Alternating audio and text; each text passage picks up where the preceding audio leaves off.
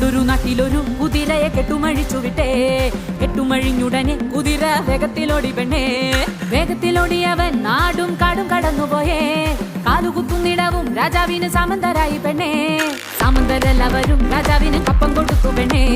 കപ്പം കൊടുക്കാത്തവരും രാജാവും അംഗം തുടങ്ങി പെണ്ണേ. അംഗം തുടങ്ങിയതും കുതിര വീണ്ടും നടന്നു പിന്നെ.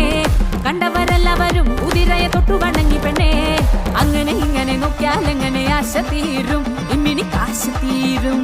അങ്ങനെ ഇങ്ങനെ നോക്കിയാൽ എങ്ങനെ ആശ തീരും, ഇമ്മിണി കാശ് തീരും.